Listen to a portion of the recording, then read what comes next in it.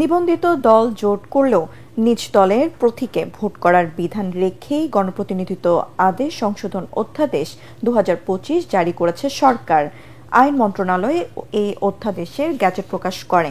এর আগে 23 অক্টোবর উপদেষ্টা পরিষদের বৈঠকে আরপিও সংশোধন অধ্যাদেশের খসড়া নীতিগত অনুমোদন দেওয়া হয়। এই সংশোধন নিয়ে বিএনপি আপত্তি তুললেও জামায়াত ও এনসিপি সংশোধন বহাল রাখার দাবি তোলে। অবশেষে জোট করল নিজ দলের প্রতীকে ভোট করার বিধান রেখেই জারি হলো অধ্যাদেশ। আরপিও সংশোধন অধ্যাদেশ জারির মধ্য দিয়ে নির্বাচনী আইনের সব ধরনের সংস্কার কাজ শেষ হলো। এরই মধ্যে ভোটার তালিকা আইন সংশোধন, নির্বাচন কর্মকর্তা বিশেষ বিধান আইন সংশোধন, নির্বাচন কমিশন সচিবালয় আইন সংশোধন, ভোটকেন্দ্রের নীতিমালা, দেশি বিদেশি পর্যবেক্ষণ নীতিমালা, সাংবাদিক নীতিমালা সহ সব ধরনের আইন ও বিধি সংস্কার করেছে নির্বাচন কমিশন। আরপিও সংশোধন হওয়ায় এর আলোকে দ্রুত দল ও প্রার্থীর আচরণ বিধিমালা জারি করবে ইসি।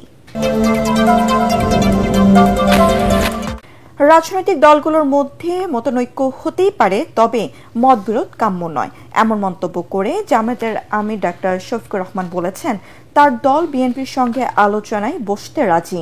16 দিনের বিদেশ সফর শেষে দেশে ফিরে বিমানবন্দরে তিনি এসব কথা বলেন।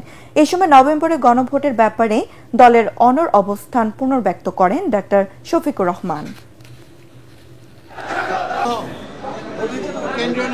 আমাদের মধ্যে মতানৈক্য হোক, তবে দোয়া করেন মতবিরোধ যেন না হয়। মতের ভিন্নতা থাকবে, এটাই গণতন্ত্রের সৌন্দর্য। সব দল তো এক দল নয়, সবগুলা দল ভিন্ন ভিন্ন, তাদের দৃষ্টিভঙ্গিতেও কিছু পার্থক্য থাকবে, এটাই স্বাভাবিক।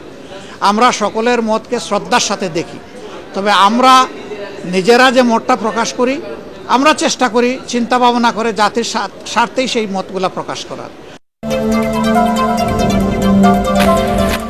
যুক্তরাষ্ট্রের নিউ ইয়র্কে মেয়র নির্বাচনের আনুষ্ঠানিক ভোট গ্রহণ আজ।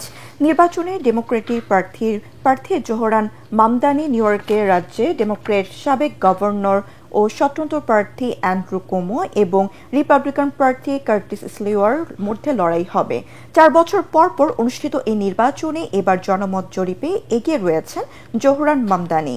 তবে মামদানি মেয়র হলে নিউ ইয়র্কের বরাদ্দ সীমিত করার ঘোষণা দিয়েছে প্রেসিডেন্ট ট্রাম্প। ভোটের একদিন আগে ট্রাম্প এই ঘোষণা দিয়ে তিনি বলেন, যদি নিউ ইয়র্কে একজন কমিউনিস্ট মেয়র হন তাহলে ওখানে অর্থ দেওয়া মানে তা অপচয়। তাই প্রেসিডেন্ট হিসেবে নিউ ইয়র্কের বড় অঙ্কের অর্থ বরাদ্দ দেওয়া কঠিন হবে।